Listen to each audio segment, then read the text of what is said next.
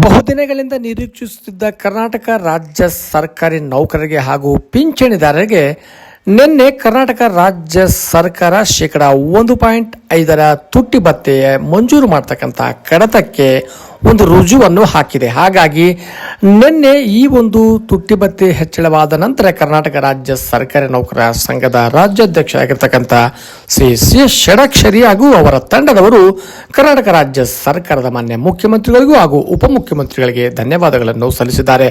ಹಾಗಾಗಿ ನಿನ್ನೆ ಒಂದು ಮಂಜೂರಾತಿಯನ್ನು ಪಡೆದಿರ್ತಕ್ಕಂಥ ಕಡತದ ಆದೇಶ ಇಂದು ಹೊರಬರ್ತಕ್ಕಂಥ ನಿರೀಕ್ಷೆ ಇದೆ. ಯಾಕೆಂದ್ರೆ ನಿನ್ನೆ ಕೇವಲ ಕಡತಕ್ಕೆ ಮಂಜೂರಾತಿಯನ್ನು ಮಾನ್ಯ ಮುಖ್ಯಮಂತ್ರಿಗಳು ನೀಡಿದ್ದಾರೆ. ಹಾಗಾಗಿ ಇಂದು ಆರ್ಥಿಕ ಇಲಾಖೆಯು ಅದರ ಬಗ್ಗೆ ಸವಿವರವಾಗಿರ್ತಕ್ಕಂಥ ಆದೇಶ ಇಂದು ಸಂಜೆ ಒಳಗೆ ಬರ್ತಕ್ಕಂಥ ನಿರೀಕ್ಷೆ ಇದೆ. ಹಾಗಾಗಿ ಕರ್ನಾಟಕ ರಾಜ್ಯ ಸರ್ಕಾರಿ ನೌಕರರೇ ತಮಗೆ ಜನವರಿ 1, 2025 ಪೂರ್ವಾನ್ವಯ ಆಗುವಂತೆ ಶೇಕಡಾ 1.5 ತುಟ್ಟಿ ಭತ್ಯೆ ಲಭ್ಯವಾಗಲಿದೆ. 1.5 ತುಟ್ಟಿ ಭತ್ಯೆಗಿಂತ ಮೊದಲು ಶೇಕಡಾ 10.75 ತುಟ್ಟಿ ಭತ್ಯೆ ಸರ್ಕಾರಿ ನೌಕರರಿಗೆ ಲಭ್ಯವಾಗುತ್ತಿತ್ತು.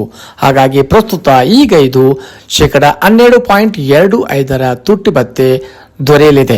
ಹಾಗಾಗಿ ಜನವರಿಯಿಂದ ಏಪ್ರಿಲ್ವರೆಗೆ ಇರತಕ್ಕಂಥ ತುಟ್ಟಿ ಭತ್ಯೆಯ ಬಾಕಿ ಹಣವನ್ನು ಅರಿಯರ್ಸ್ ರೂಪದಲ್ಲಿ ಪಡೆಯಬಹುದಾಗಿದ್ದು, ಒಂದು ಮೇ ತಿಂಗಳ ವೇತನದಲ್ಲಿ ನಗದಾಗಿ ಶೇಕಡಾ 1.5 ತುಟ್ಟಿ ಭತ್ಯೆಯನ್ನು ಪಡೆಯಬಹುದಾಗಿದೆ.